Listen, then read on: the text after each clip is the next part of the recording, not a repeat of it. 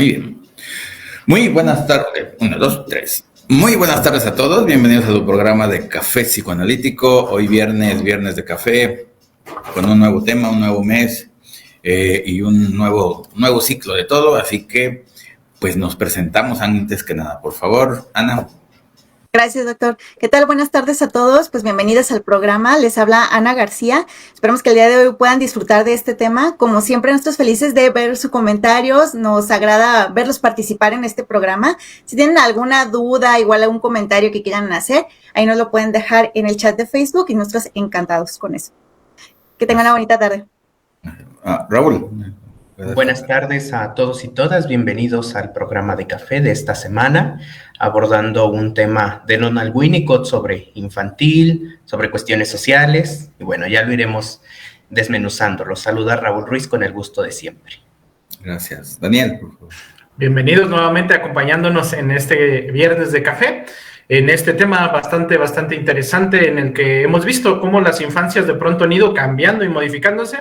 Y hay personas que ven desde una forma romántica esto de que los niños son el futuro de México, del mundo, etcétera, pero más allá de lo romántico se tiene razón. Por eso mismo en psicoanálisis hablamos de la infancia destino, malentendido por algunos, pero al final de cuentas esa es la base. Y entonces el día de hoy con este tema vamos explorando también hacia dónde vamos como sociedad.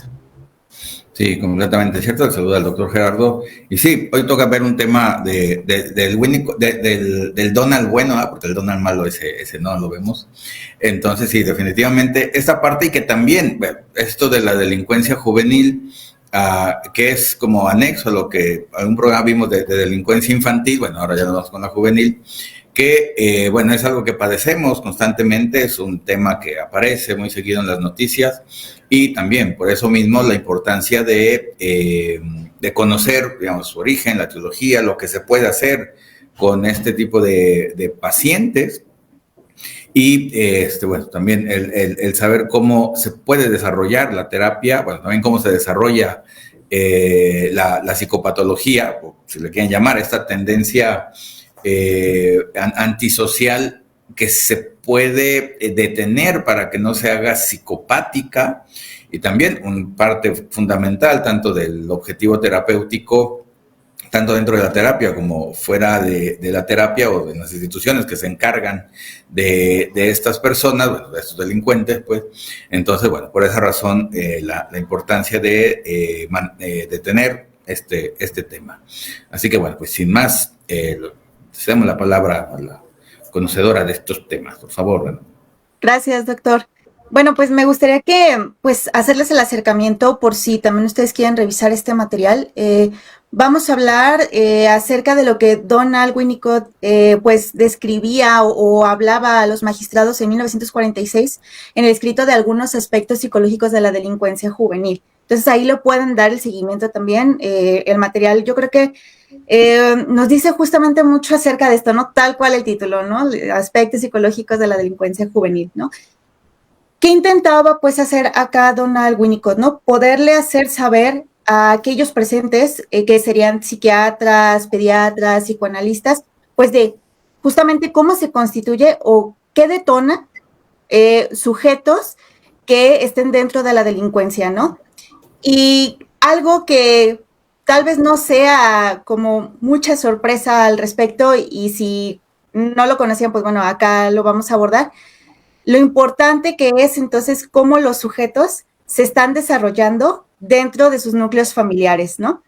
Recordemos que para todos los sujetos el momento más importante de cómo nos vamos a constituir es justamente la parte de la infancia, ¿no? Incluso tenemos algunos autores que nos hablan acerca de que entre los 0 y los 5 años es en donde, bueno, termina también desarrollándose nuestra personalidad, ¿no? Nuestra estructura clínica, ¿no? Y entonces vemos que de estos 0 a los 5 años, pues bueno, pueden suceder un montón de cosas, ¿no? Y creo que lo que tenemos acá también que revisar no solo es el aspecto familiar, sino dónde se está desarrollando este sujeto, en qué lugar se está desarrollando, qué cosas se le están brindando a este niño para que tenga un futuro prometedor o, en su defecto, su futuro sea de un sujeto delincuente, ¿no? En el peor de los casos, ¿no? Donald Winnicott por acá nos habla acerca también de, pues, un aparente inconsciente que tiene que ver con la conducta delictiva, ¿no? Porque uno puede observar a un sujeto delincuente y pensar que a lo mejor, o sugerir que estos sujetos son tontos porque a lo mejor parece que van dejando como rastros en su delincuencia, y entonces acá creo que lo que tenemos que observar es que estos rastros en realidad lo que sugieren con respecto a su acción delincuente es qué es lo que están buscando de manera inconsciente, ¿no? Realmente, ¿dónde está el problema, no? Para que un sujeto finalmente termine siendo un sujeto delincuente, tiene ciertas faltas, tiene ciertas carencias, ¿no? Tiene una vida familiar también carente. Pero bueno, también iremos hablando de ello. Me gustaría cederle, pues, la palabra a mis compañeros. Raúl. Gracias. Y particularmente Winnicott es reconocido como uno de los psicoanalistas ambientalistas, ¿no? Fuera de la importancia del contexto, se le contempla como ambientalista debido al cuidado y la protección, así como la instauración de la ley que proveen la madre, el padre, la familia y el medio sociocultural en el que está inserto. Por eso, desde estas conferencias que pronuncia y que estamos abordando como eje transversal para este programa, nos vamos dando cuenta de la importancia que él asigna a las casas hogar, a los hospicios, a las escuelas de reinserción juvenil, pero nos enfrentamos al problema de que evidentemente el contexto británico donde él desarrolló la teoría, pues no es el mismo que tenemos, por ejemplo, actualmente en México y en gran parte de Centroamérica, América Latina, ¿no? Eso también nos dificulta un tanto y por eso pienso que es importante no abordar o no pensar nuestra clínica como un ejercicio ingenuo en el sentido de creer que desde nuestra práctica se puede resolver todo, se puede abordar todo. Al contrario, Winnicott nos dice, a veces el psicoanálisis es simplemente una ayuda que a posterioridad viene a auxiliar a estos pacientes con problemáticas relacionadas a la delincuencia, devenidas precisamente de una situación de deprivación emocional a la que se enfrentaron desde muy niños. Entonces, es importante el trabajo amplificado con familia, con padres, y bueno, definitivamente no se puede prescindir de ello si se espera una atención integral en beneficio del paciente.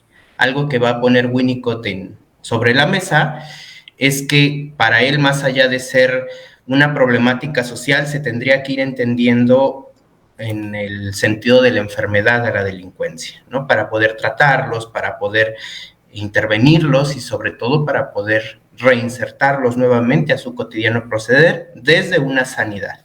Así que bueno, lo iremos también problematizando y profundizando. Correcto. Pues bueno, justamente como está mencionando ahorita el maestro Raúl, la dificultad del abordaje y del trabajo en estas circunstancias es complicado y bastante limitado. Estamos frente a un tema en el que nuevamente, a quienes trabajamos en el sector de la salud, lo identificamos perfectamente, pero el problema, por decirlo de alguna manera, no está en nosotros, sino allá afuera, ¿no? Nosotros que procuramos impartir una salud y una salud mental, somos conscientes de esto y la problemática está allá afuera y nos enfrentamos nuevamente a uno de esos puntos donde tenemos que hablar con los padres. Y más pensándolo, ¿no? Si estamos hablando de niños y adolescentes, pues evidentemente aquí quien realmente tiene un peso y quien debería tener una responsabilidad y quien debería de ejercer unas buenas paternidades son estos padres. Muchos ejemplos se ha visto los padres cómo llegan con el terapeuta, con el psicólogo escolar, con el analista y vienen nada más a que les arreglemos al niño, ¿no? Cúrelo. Le descubrieron por ahí, me dijeron en la escuela que estaba agarrando cositas de los compañeros y entonces lo mandamos al psicólogo para que se le quite esto de andar agarrando cosas, ¿no? Y en el momento en el que platicamos con estos padres y les decimos, bueno, es necesario involucrarnos justamente desde esta perspectiva de Winnicott, ¿no? Que no nomás es una situación con el niño, sino de lo que le rodea, del ambiente, etcétera. El primer ambiente o el ambiente más cercano y más que genera más impacto es el de la familia. Entonces tenemos que involucrarlos como papás. Y los papás lo primero que vienen a decir es, no, yo ya le dije, yo ya lo hice, no me quiso escuchar. Con los niños probablemente, y me refiero a niños pequeños, todavía hay cierta voluntad de los padres de decir, bueno, haré algo, ¿no? Pero ya cuando estos niños se están convirtiendo en adolescentes y adolescentes ya tardíos, entrando ya más bien a la juventud, que los papás ahí sí quitan las manos y dicen, es que yo ya no puedo con él. Pues es que, papá, mamá, si usted no puede con él, ¿quién va a poder? ¿El policía? ¿Es lo que vamos a esperar? Que venga ahora sí alguien más, grupos criminales, ahora sí que puedan hacer algo con este niño, con este adolescente, ¿no? Y también en este contexto en el que vivimos, que día tras día vemos en las noticias que detuvieron a un adolescente, que detuvieron a un niño y la mamá llorando, es que mi angelito me lo mataron. Pues sí, es que ese angelito ya lleva varias vidas también encima, ¿no? Entonces, ciertamente, esta es una cuestión que no es sencillo de abordar y que, como también nos mencionaba el maestro Raúl, sería muy ingenuo creer que con la teoría que tengo, que en mi consultorio voy a resolver este problema nada más yo, ¿no? Adelante, doctor. Gracias, Neo.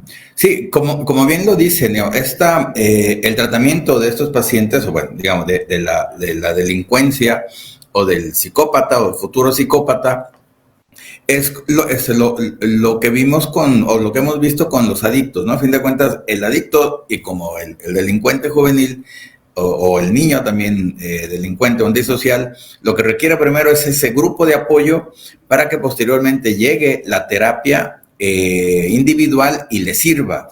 Porque si de buenas a primeras llega a la terapia individual, estas patologías no les va a servir la terapia individual como primera línea de terapia, ¿no? Sería la segunda línea de terapia para que pueda servir el tratamiento psicoanalítico. Y Winnicott también habla de la tendencia antisocial, que dice que esta tendencia antisocial del niño y del joven se puede cambiar, se puede detener, porque es una tendencia, no es algo que se vaya o que ya esté definiendo la persona, se va a definir cuando ya sea adulto. Y bueno, ahora sí ya vamos a hablar del psicópata como tal, pero esta tendencia antisocial que inicia en los niños y en los adolescentes por medio de los robos, digamos, esa es como va a empezar a manifestarse y es como va a presentarse pues, como síntoma en los niños, y que esta tendencia se puede detener. Estos robos se pueden detener para que no avancen más, no avance ciertamente la carrera delictiva del joven, no avance la patología y se convierta, bueno, en algo peor, o como ya vemos aquí, ya estamos hablando de cosas delictivas a nivel de los robos, un poco menos graves que ya decir asesinatos o cosas más fuertes. Bueno, pues todos empiezan por estos robos en la casa, en la escuela, y que esto, si se detecta a tiempo y se lleva a tiempo terapia, se puede detener y ya la persona por fin puede descansar de hacer esto, que no dejan de ser, reclamos al padre, a la madre, a la sociedad, que requiere ese límite que no se le pusieron en su momento, y que ahorita vamos a ver el por qué. Y bueno, también algo importante con respecto al tratamiento y la etiología de los delincuentes juveniles, ¿no? Ana, por favor. Gracias, doctor. Bueno, acá también, como ya comentaba, ¿no? Y como ya también lo han comentado mis compañeros, el poder trabajar con un joven, con un niño, con un adolescente que está inmerso en cuestiones delictivas, requiere de situaciones multifactoriales para poderle ayudar, ¿no? No nada más es nosotros como terapeutas vamos a ayudarle a este adolescente, a este niño, a este joven a que cambie sus conductas, a que cambie su forma de operar, a que se pueda integrar a la sociedad, etcétera, ¿no? Ciertamente, y como ya lo dijeron varias veces, es muy ingenuo pensarlo así, ¿no? Y acá lo primero que tenemos que entender en cuestiones de sujetos delictivos es, pues bueno, que lo primero que se tuvo por carencia son padres suficientemente buenos, ¿no? Y a lo mejor aquí vamos a herir un poquito algunas susceptibilidades, ¿no? No podemos a lo mejor pensar en el hecho de que, pues bueno, si los padres no están preparados para tener hijos y no tienen las suficientes herramientas para ser esos padres suficientemente buenos para este niño, para este joven, para este adolescente, pues que Entonces, vaya de ello también a sugerir que va a surgir un buen adolescente o va a surgir de ello un buen joven, ¿no? En el mejor de los casos puede que suceda, pero a lo mejor puede ser porque tiene muy buenas redes de apoyo, tiene muy buenas amistades, algún maestro se pudo haber interesado en este niño. Finalmente terminan siendo los adultos quienes se interesan por este joven, quien le va a ayudar a que se pueda insertar a la sociedad de una forma pues adecuada, ¿no? Pero desde aquí entonces vamos viendo que una de las primeras faltas que también podemos ver es que no se tiene padres lo suficientemente buenos, ¿no? Nuestro primer acercamiento a la sociedad pues son los padres, ¿no? Y finalmente son ellos los que nos enseñan de moral, son ellos los que nos enseñan de valores, son ellos los que nos dan ese primer acercamiento a la sociedad, ¿no? Entonces, por eso acá que comentaba que lo importante que es que de los 0 a los 5 años, eso no significa que todas las demás edades en las que vamos a ir nosotros cursando ya están libradas, ¿no? Hay un montón de situaciones que nos pueden ocurrir en este trayecto y que pueden también sugerir cambios en nuestra persona, ¿no? Entonces, lo importante aquí también de que el padre siga, bueno, o los padres sigan estando presentes con este niño, justamente para hacerle entender o hacerle ver en dónde están las cuestiones positivas o negativas también de la sociedad, cómo tiene que operar, cómo se tiene que acercar, porque, bueno, si pensamos en que los padres de primera instancia no se interesan en las necesidades de este niño, de este joven, de este adolescente, pues difícilmente también vas a saber reconocer que estas necesidades que tiene también los otros lo tienen, ¿no? Y que también de ello estos mismos valores que va a adquirir son necesarios también para insertarse adecuadamente a la sociedad. A ver, acá también hablar de esta parte, ¿no? El que podamos insertar a un joven, a un adolescente, a un niño que están en cuestiones de delincuencia, también tiene que ver con el hecho de los límites. Casi siempre hay cuestiones en que los adolescentes o jóvenes que están en esta cuestión de delincuencia no conocen precisamente de los límites. Y entiéndase que los límites no significa privarles de hacer cuestiones varias y propias de la adolescencia y de la infancia, ¿no? Sino que es también hacerles saber por qué sí o por qué no puede hacer algo y por qué pues es propio en la sociedad hacerlo o no. Eso también es una forma de mostrar amor a los jóvenes, a los niños, ¿no? Porque, bueno, creo que ahorita podemos ver actualmente lo difícil que es hacer entrar en razón a algunos padres de lo importante que son los límites.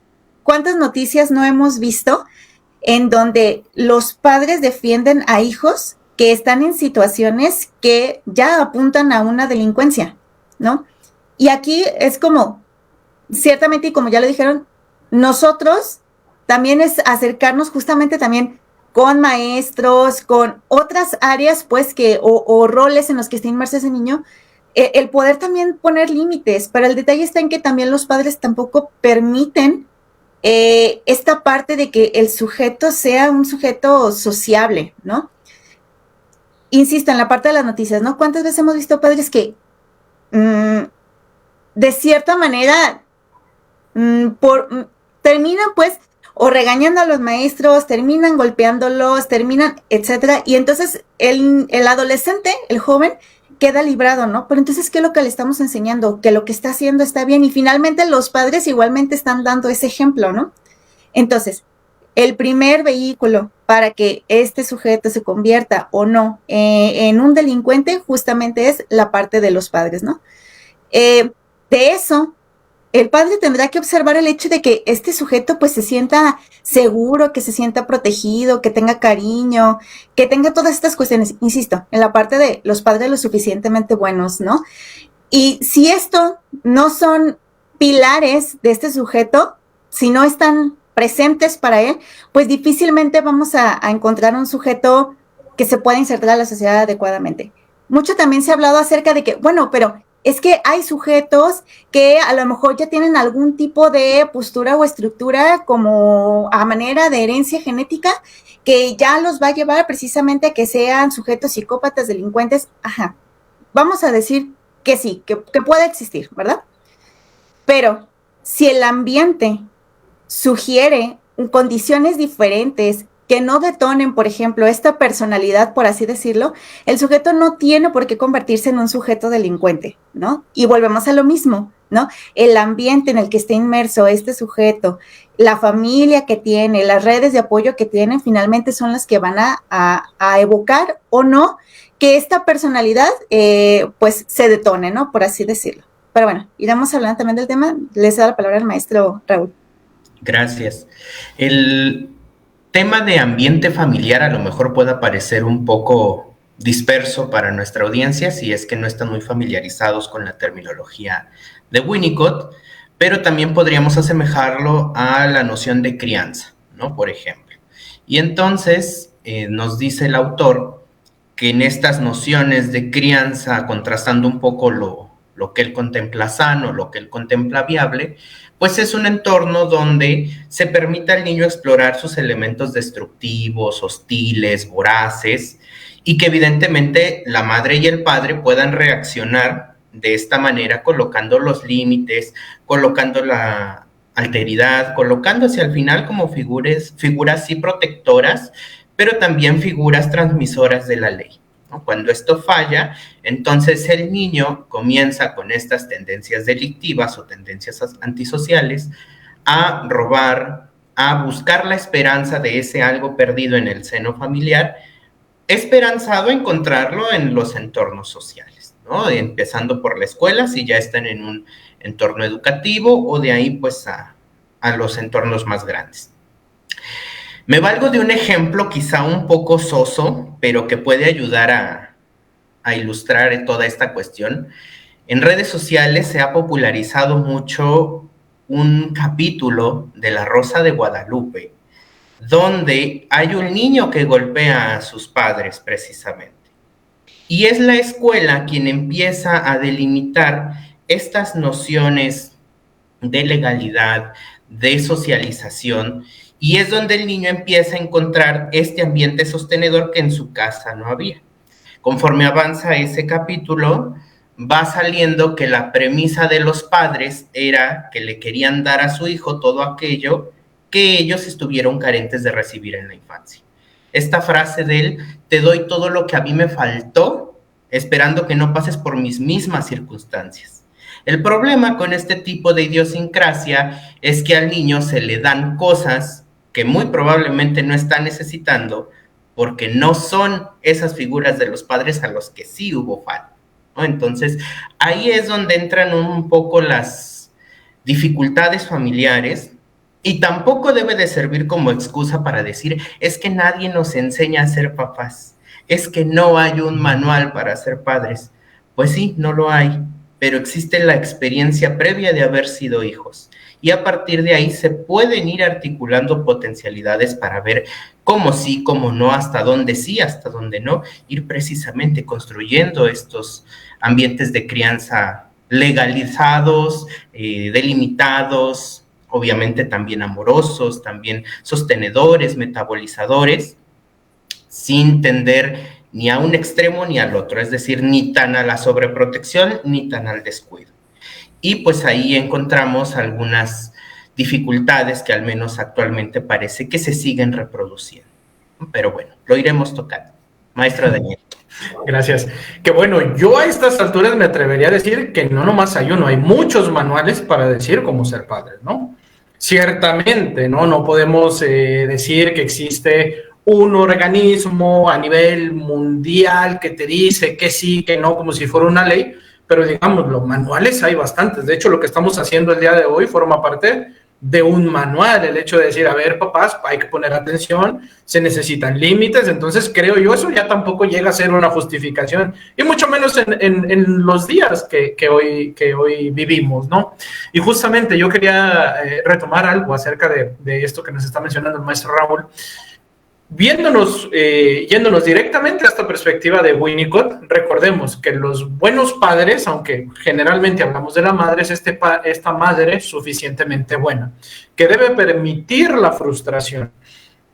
Pienso en el caso, hace semanas, que yo estuve viendo con un niño que estaba tomando cosas de compañeritos, pero en una escuela de mucho dinero, pero realmente mucho dinero. A este niño no le falta absolutamente nada. ¿no? Y entonces, ¿cómo es posible? Hubo quien lo vio como algo de risa, ay, es que agarró esa cosa, qué risa que la escondió. Y también en algún momento cuando se abordan los padres, y por eso les hablaba de la importancia de que los padres tienen que tener conciencia de su participación activa en la crianza de los hijos, los padres también, bueno, pues ¿qué se le perdió al otro niño? Un juguetito, bueno, vamos y le compramos otro. Entonces, ¿dónde existe esa consecuencia? ¿Dónde existe ese límite? ¿Dónde va a existir entonces esta noción de la ética, de la moral, de lo bueno, de lo malo, que no son otra cosa más que los límites? Ahorita la maestra Ana tocaba el punto como ejemplo, ¿no? De que alguien o a algunos les gusta hablar del gen de la maldad o del gen del delincuente, cuestiones así. Pues es que realmente no necesitamos estos genes para entender que sí es una cuestión de herencia, pero más bien de una herencia social. Si los padres no tienen límites, evidentemente no van a poder transmitirle a este niño los límites. Y nos vamos a ir viendo en una cadenita en la cual estos padres tuvieron entonces padres que vienen a ser ahora los abuelos de los niños, que tampoco supieron imponer estos límites. En ese sentido, podríamos hablar también de una herencia social que no tiene nada que ver con este gen biológico que algunas personas intentan buscar en la delincuencia, en homosexualidad, en un montón de cosas, ¿no? Que quieren encontrar como una salida fácil el que exista un gen, ¿no? Pues bueno, la situación justamente es esa a la que nos estamos enfrentando.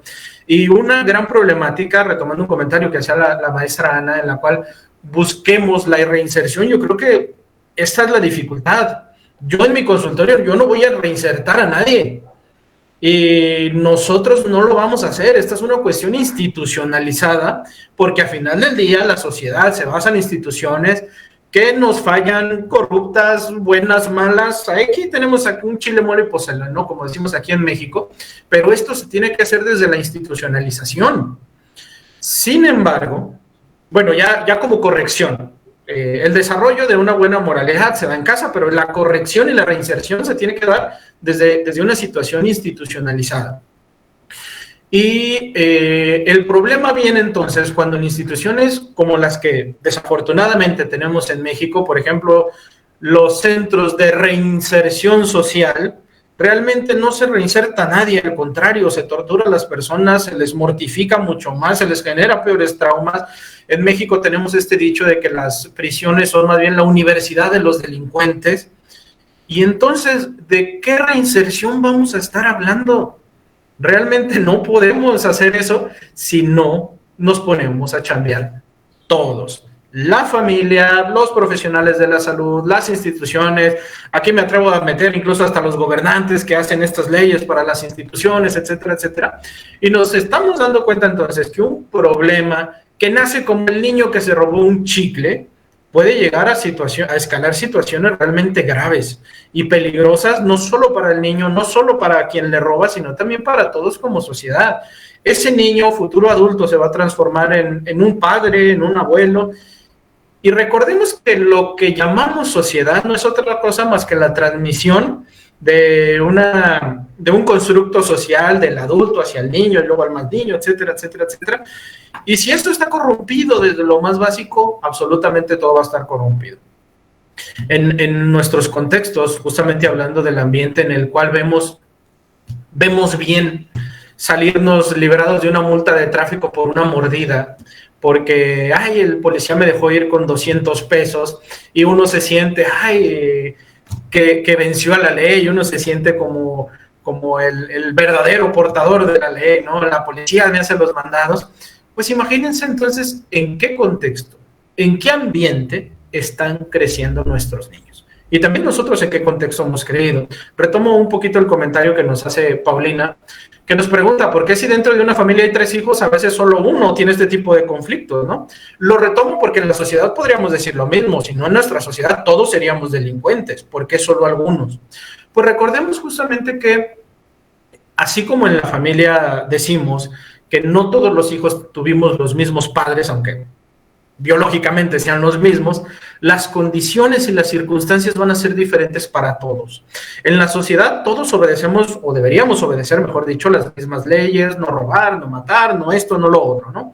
pero hay quienes lo hacen y hay a quienes se castiga y a quienes no. Hay contextos donde la ley es más laxa que en otros lugares, donde si tienes dinero, entonces a ti la ley no te pena tanto, donde si eres hombre, tienes ciertas penas, donde si eres mujer, pues se te condena peor.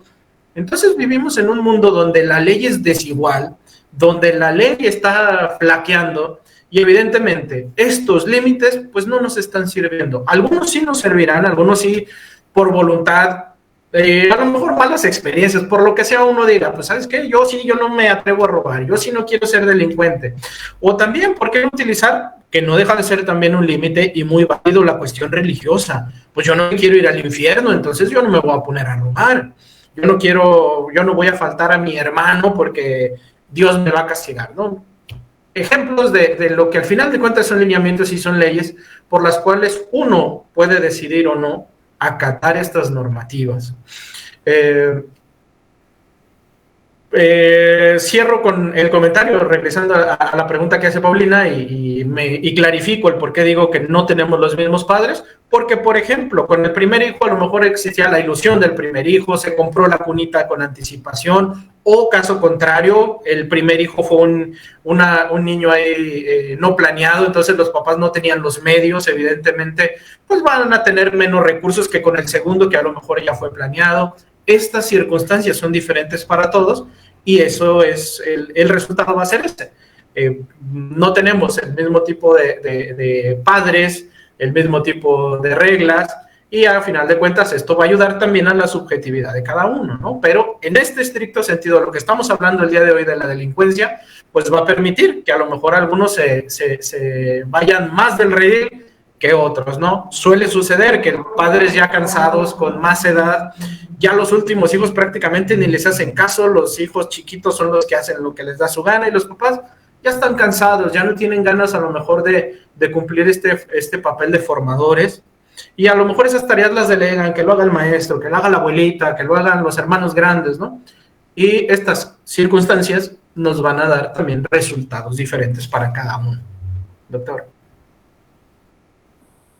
Sí, sí, completamente cierto. Y bueno, con respecto a lo que hablan, cuando un niño o un adolescente comete algún delito, algún robo, y si lo empiezan a justificar los padres o viene la complacencia de los padres, esta complacencia más adelante va a ser la complicidad de los padres al fin de cuentas, o se puede decir que es lo mismo la complacencia y la complicidad de los padres, porque están justificando algo que no se debe de hacer, ¿no? Que obvio está el permitir los delitos o entenderlos que no son o ponerles otra careta, cuando pues, sí lo son, siempre lo han sido y siempre lo serán, y bueno, están haciendo todo lo que no se debe de hacer. Ciertamente, cuando los padres tienen esta complacencia, es porque saben que hay una falla, hicieron una falla en el ambiente, dice Winnicott, en la maternidad o en la paternidad del niño, saben de que no fueron lo suficientemente buenos, y por eso mismo es que están justificando, complaciendo eso, para no tener que asumir el error que hicieron ellos en su...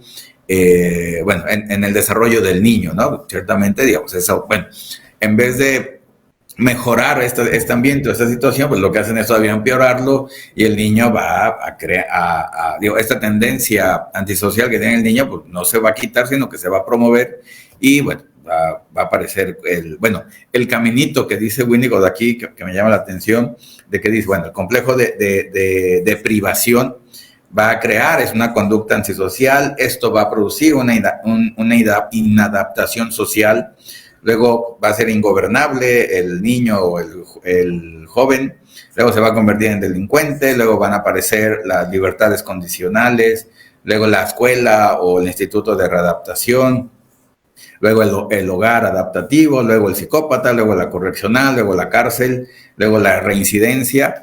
Entonces estamos viendo que este caminito siempre ha estado, se conoce cómo se va a crear el delincuente y el criminal, y si se puede parar de la manera correcta, asumiendo los padres la responsabilidad, si lo pueden corregir ellos, qué bueno, y si no, bueno, para eso están los profesionales a su tiempo con con la terapia o la psicoterapia o el psicoanálisis o lo que requiera el niño, y si se puede parar este caminito a que solamente se da al principio, bueno, la deprivación, bueno, ya se dio en el niño, ya hubo un trauma en el niño, bueno, ya aparece esta tendencia antisocial y esa es la que se puede parar para que no pase la inadaptación social y bueno, todo el caminito que les acabo de decir, ¿no? Y con respecto a la pregunta también, o la primera pregunta que nos hace Paulina, de si una persona con estructura fronteriza, el cual desde joven ha cometido delitos, puede reincorporarse a la sociedad. Como estructura sí se pudiera, porque es una estructura fronteriza, una estructura borde. Hay que ver también qué tipos de robos son los delitos, porque pues no es cualquier que se robe la propina de los restaurantes a cosas ya más graves, ¿no? O robarse un banco, qué sé yo, bueno, ya estamos hablando de cosas mayores, pero bueno, como estructura sí se pudiera, pero hay que ver, porque no es estructura psicopática, digamos, en primer lugar, entonces, bueno, hay que ver ahí qué más hay alrededor del paciente, pues ahí como tal. Bueno, y también saludos a Rafael Martínez, saludos Rafael, saludos Paulina Ramírez. Y bueno, déjenme ver, antes que nada, por favor, Ana, invítanos a la especialidad. Claro, gracias, doctor. Bueno, pues vamos a iniciar con psicoterapia clínica de niños y adolescentes este 17 de abril. Bueno, yo voy a ser la maestra que va a estar encargada en esta ocasión. Para mí va a ser un placer verlos ahí. Si tienen la oportunidad, pues entonces ahí nos vemos. Si tienen alguna duda y desean más información, pueden buscarnos en nuestras redes sociales. En todas nuestras redes sociales siempre dejamos por ahí justamente cuáles son los cursos que van a iniciar. Ahí viene el número, viene la página. Ustedes pueden marcar, pueden mandar un mensaje para que les ayuden a resolver sus dudas. Gracias, doctor. Y bueno, por último, los manuales que dicen o que se quejan de que no existen, bueno, bien saben los padres lo que no deben de hacer para tener malos hijos o para convertirse en malos padres. Si saben esa parte, obvio está que saben también cómo ser buenos padres, ¿no? Entonces, también echarle la culpa a que no existe algo, y como bien dice Daniel, pues ya actualmente ya los hay, pero siempre se ha sabido cómo no ser malos padres y bueno, para crear estos malos hijos como tal, ¿no? Ahora sí, Ana, pues, continúa, por favor. Gracias, doctor. Estábamos mencionando acerca de los límites, ¿no? Bueno, es que hay que ponerle límites a los jóvenes, hay que ponerle límites a los adolescentes para que no terminen haciendo lo que quieran y que entonces se conviertan en sujetos delictivos, ¿no? Pero ¿a qué nos referimos con límites, no? ¿A qué nos referimos con los límites a los adolescentes, a los niños, no? Creo que esta es una parte que también hay que aclarar, ¿no? ¿A qué le ponemos límites? Creo que en términos muy prácticos, esa es la parte, y me voy como tal vez un poquito teórica, a la pulsión de muerte, ¿no? ¿A qué voy con esto? Todos nacemos con la parte de la pulsión de muerte, la pulsión de vida. Si somos psicoanalistas, hemos escuchado esta terminología, ¿no? Entonces, bueno, ¿qué pasa cuando nosotros nacemos, ¿no? Lo primero con lo que nos vamos a encontrar es con un mundo que no es benevolente, que nos muestra el frío, que nos muestra el hambre, que nos muestra necesidades, ¿no? Y estas necesidades, pues finalmente lo que evocan nosotros son, pues, emociones que pudiéramos pensar que son negativas. Nos da una incomodidad de cierta manera, ¿no? ¿Quién nos ayuda entonces a quitar esas incomodidades? Pues de entrada, la madre, ¿no? Entonces de ahí estamos hablando que iniciamos siendo sujetos con necesidades básicas. Ahora, en este sentido, vamos creciendo, la pulsión sigue siendo parte, la pulsión en general de vida, de muerte, sigue siendo parte de nosotros, pero justamente como pareciera que cuando nos insertamos en la sociedad hay muchas angustias alrededor, hay muchas situaciones por resolver, hay muchas situaciones que tenemos que entender, pues bueno, entonces viene esta parte también de la ansiedad, viene la parte de la angustia y se vuelve a activar también esta parte, ¿no? De la pulsión de muerte. Entonces, ¿qué hacen los padres? ¿O cuál debería ser el papel de los padres en estos casos, no? Justamente poderle ayudar a los niños, a los adolescentes, a los jóvenes, a que tramiten esa ansiedad, de que tramiten esa pulsión de muerte, que sepan que sí, o sea, que esta pulsión de muerte puede que nos convierta por algún momento en sujetos ambivalentes, ¿no? Por eso vemos que luego los adolescentes quieren una cosa, luego quieren otra, como que quieren resolver, pueden resolver y luego como que les viene la angustia porque hay situaciones que no habían previsto, ¿no? Y entonces lo malamente que hacemos a veces los adultos es sugerir que el adolescente, el niño, el joven no sabe, ¿no? Y pues bueno, ciertamente hay cosas que a lo mejor no sabe con respecto a la sociedad y eso le va a causar una angustia. Si el padre además o los padres no están para poderle apoyar a este niño, a este adolescente, con esas angustias, obviamente que esta angustia pues va a comer mucho pues de su yo, de este niño que de por sí, el yo pues está en crecimiento, ¿no? Malamente queremos, y bueno, hablando a lo mejor de la parte de los padres, el que lleven a un niño, a un adolescente a psicoterapia, no es siempre con la finalidad de entender sus necesidades, sino de que no me cause un problema a mí, que me lo eduquen, ¿no? Y entonces el problema acá es que, pues bueno, ciertamente el psicoanálisis con eso no se va a llevar, ¿no? Lo que quiere el psicoanálisis y lo que tendría que ser la parte del trabajo del psicoanalista es poderle ayudar a entender también a este adolescente, a este joven, esas necesidades que tiene, estos deseos que tiene, que los pueda también comunicar, pero que también pueda ser fieles a ellos, pero que también pueda encontrar una manera de resolverlos, ¿no? De encontrar una forma sociable, por así decirlo, de resolver sus necesidades, sus deseos.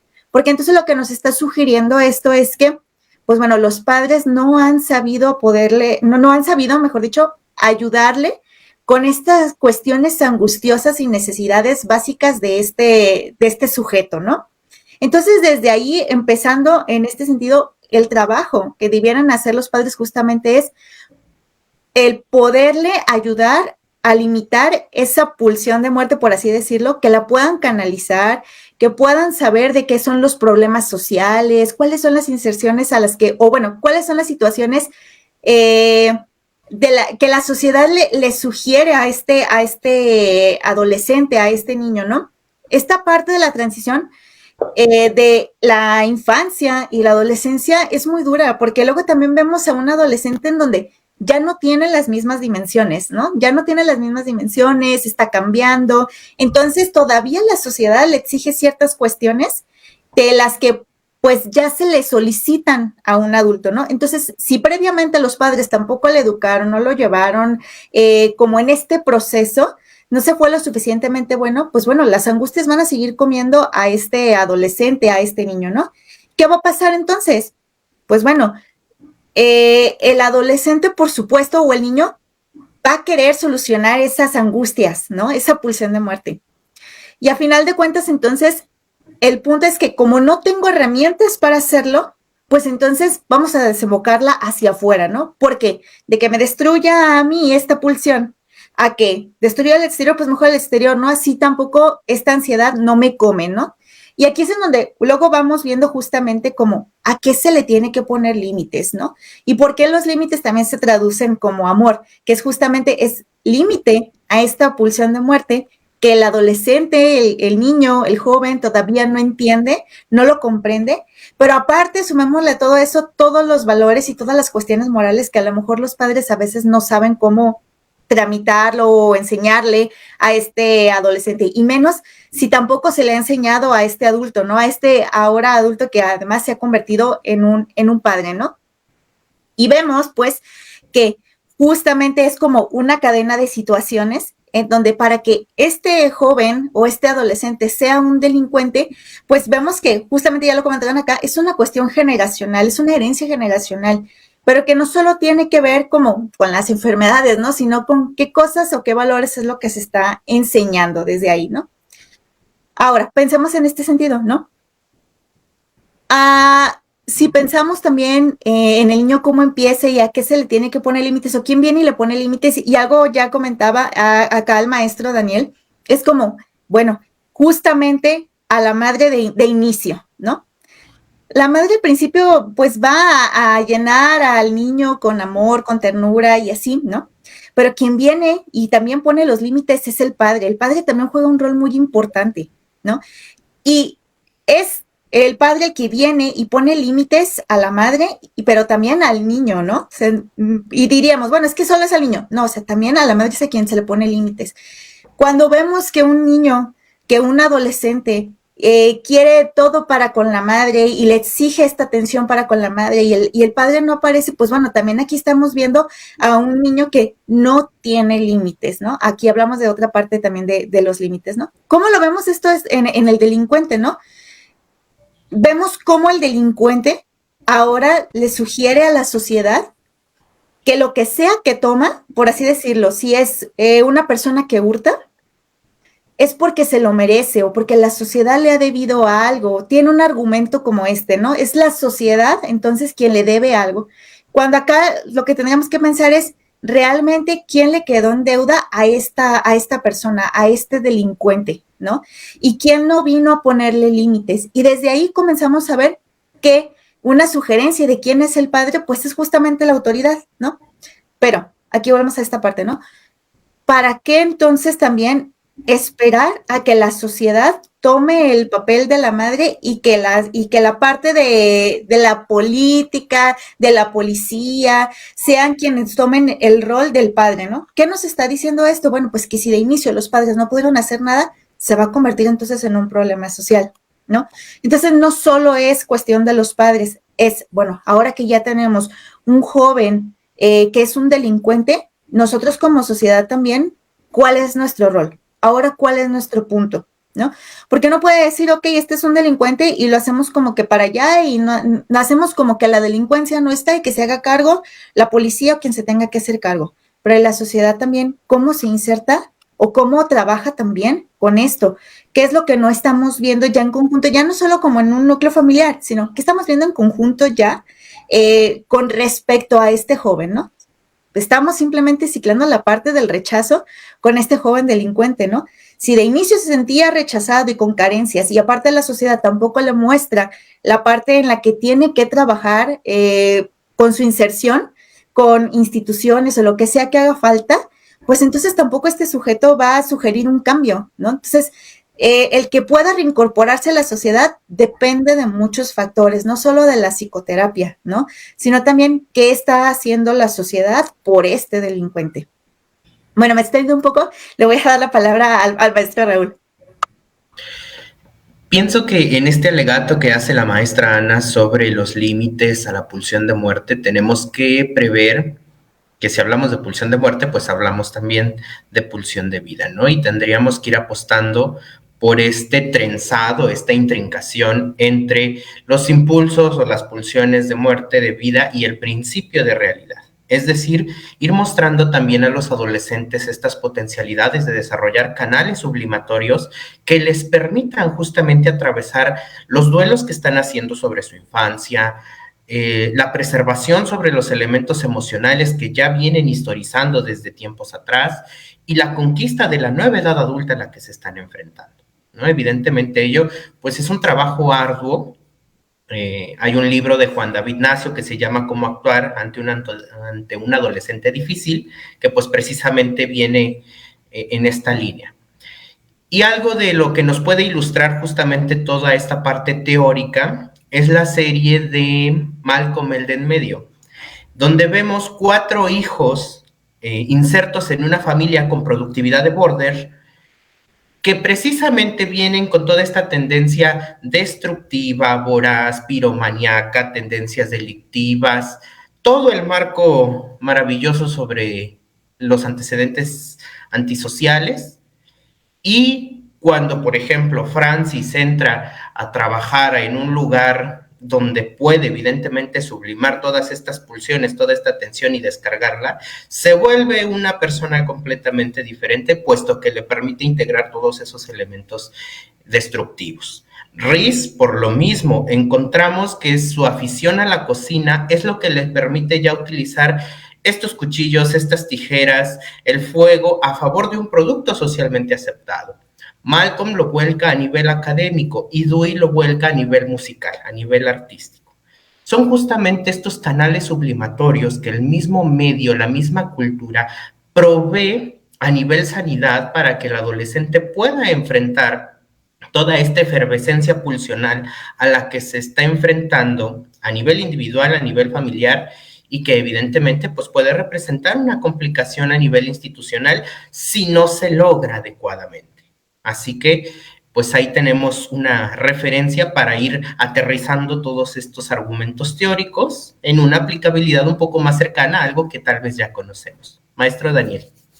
Gracias. Ahorita que hablaban de la pulsión de vida, pulsión de muerte, y hemos hablado y rehablado en esta ocasión acerca del ambiente, también el entender y saber interpretar cuando hablamos de una pulsión de vida y cuando una pulsión de muerte. Una persona que no tiene acceso a una buena comida, al pan de cada día, evidentemente cuando va y se roba una pieza de pan está buscando una pulsión de vida, ¿no? Contrario a otro contexto, otra circunstancia en la cual a lo mejor alguien no necesita algo y simplemente por dañar al otro va y lo roba, pulsión de muerte. Entonces también tenemos que contextualizar esta situación, porque en muchas ocasiones se tacha al adolescente, que estamos hablando el día de hoy, pero podemos hablar del delincuente en general, como un delincuente, como una mala persona, sin entender también las motivaciones del sujeto, ¿no?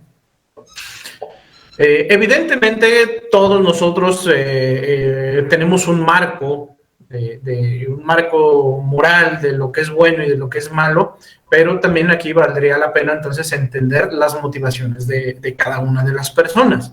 Entendamos también que entender, que comprender las motivaciones de estas personas tampoco quiere decir justificar, ¿no? Ciertamente, el ejemplo que les ponía de una persona a lo mejor que por circunstancias no tiene el día de hoy para comer y se roba una hogaza de pan, pues a lo mejor para él está buscando la vida, pero no deja de perjudicar al panadero. Entonces, comprenderlo realmente no elimina que se esté cometiendo un delito, ¿no? Entonces, pero bueno. ¿Y cuántas veces no hemos visto, por ejemplo, que por un mismo delito, como les mencionaba anteriormente, por la raza, por el género, por la preferencia sexual, porque ese día el juez iba de ganas, iba contento o no, esto se convierte en penas a veces que realmente espantan, en el cómo una persona justamente por robar algo para comer tiene más años encima que a lo mejor una persona que secuestró a otra. Esta es una situación que tenemos que aclarar. Hablábamos acerca o mejor dicho, hablé y hemos hablado un poquito acerca de esta cuestión de las instituciones y que tenemos que hacer algo al respecto, porque las instituciones no dejan de ser lugares donde funcionamos los sujetos. Pues la institución por sí sola no tiene voz ni voto, ¿no? Sino las instituciones se forman a partir de la participación de los integrantes. Vamos hablando de esto, vamos entonces tomando conciencia de esto y haciendo que estas instituciones funcionen de mejor manera. Todos los sesgos que tenemos los seres humanos es porque somos seres humanos, porque tenemos justamente dentro estas motivaciones pulsionales que a veces nos hacen de pronto flaquear, por llamar de alguna manera, pero que justamente por eso debemos de buscar el bien común dentro de una sociedad, ¿no? Ya a nivel personal, que cada quien haga lo que le parezca pertinente, pero a nivel social, justamente por eso existen las leyes. La situación aquí entonces con la delincuencia y qué hacer y desde dónde intervenir es multifactorial y esto tampoco va a competir únicamente entonces a los trabajadores de la salud mental. Va a competir a todos los sectores de nuestra sociedad para mejorar esto. Y esta pregunta que hacía la maestra Ana hace un momento, que se hacen las personas, que si realmente la sociedad falló, pues no la sociedad entendida como un ente viviente, pero sí hemos fallado los que formamos parte de esta sociedad con estas personas. Y retomo el argumento que hice hace un momento. El hecho de que logremos comprender que le fallamos como sociedad a esta persona, tampoco quiere decir que vayamos a justificarlo, ¿no? Entonces, acciones, consecuencias, responsabilidades. Cada quien debe de hacer lo que le toca para que esto funcione de buena manera, ya sea a nivel familiar, a nivel personal o macro nivel, a nivel social, humanidad, como querramos verlo. Doctor. Sí, completamente cierto. Y bueno, para terminar, bueno, hay 4 síntomas que da una tendencia antisocial, que bueno, ya los hemos hablado, bueno, el robo, la destructividad, que el niño sea muy destructivo, definitivamente es un síntoma, la voracidad, como ya bien lo dijeron, y causar fastidio, ¿no? Los niños fastidiosos, que es la misma palabra en inglés y en español, entonces existen, y cuando aparece este síntoma, bueno, estamos hablando de esta tendencia antisocial.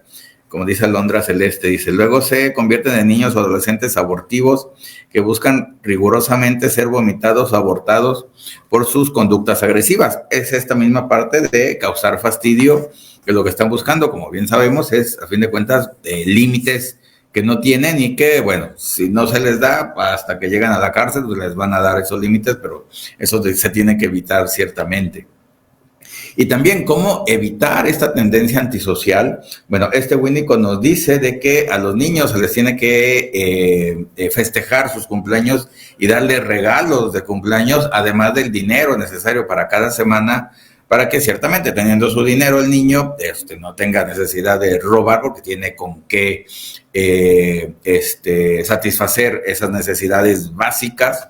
Y también el que haya salidas de esparcimiento, de que vayan, bueno, al parque, a caminar, a las plazas, bueno, plazas públicas, plazas comerciales, por el simple gusto, el gusto de hacerlo, no porque tengan que comprar algo, sino porque es para diversión y para entretenimiento, pues lo voy a poner así de esa manera.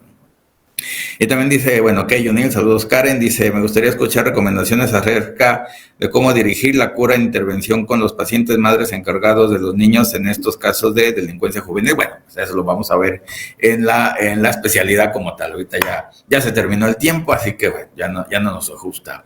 Y sin más, bueno, como siempre, hay buenos saludos, como siempre se nos va, saludos allá a Eric y a José Luis, que todavía nos están viendo ya en Radio Morir. Y bueno, pues sin más, nos despedimos, por favor, Ana. Muchas gracias, doctor. Bueno, hacerles nada más una recomendación, tal vez de una película curiosa, graciosa, caricaturesca, la película de Megamente, ¿no? Podemos ver en esta película justamente como este sujeto que lo lleva a ser el malo de la historia, ¿no? Pero lo importante a lo mejor que notemos los primeritos minutitos de por qué va y termina siendo un sujeto delincuente, ¿no? Y creo que la película acá plasma muy bien cuáles son las necesidades de este aparente villano. Y justamente acá lo que comentaban, ¿no? El poder revisar cuáles son las causas que llevan a un sujeto a la delincuencia. Eso no lo justifica, pero da una razón de por qué este sujeto se ha convertido en un delincuente. Y la película lo ilustra muy bien, ¿no? Entonces, ¿alguna recomendación? Puede ser esa. Bueno, pues les agradezco que se hayan quedado hasta el final de este programa. Nos vemos el siguiente viernes y pues bueno, un gusto haberlos visto aquí. Que tengan una excelente tarde. Gracias. Raúl. Sí, pues muchas gracias a todos por quedarse, por su participación.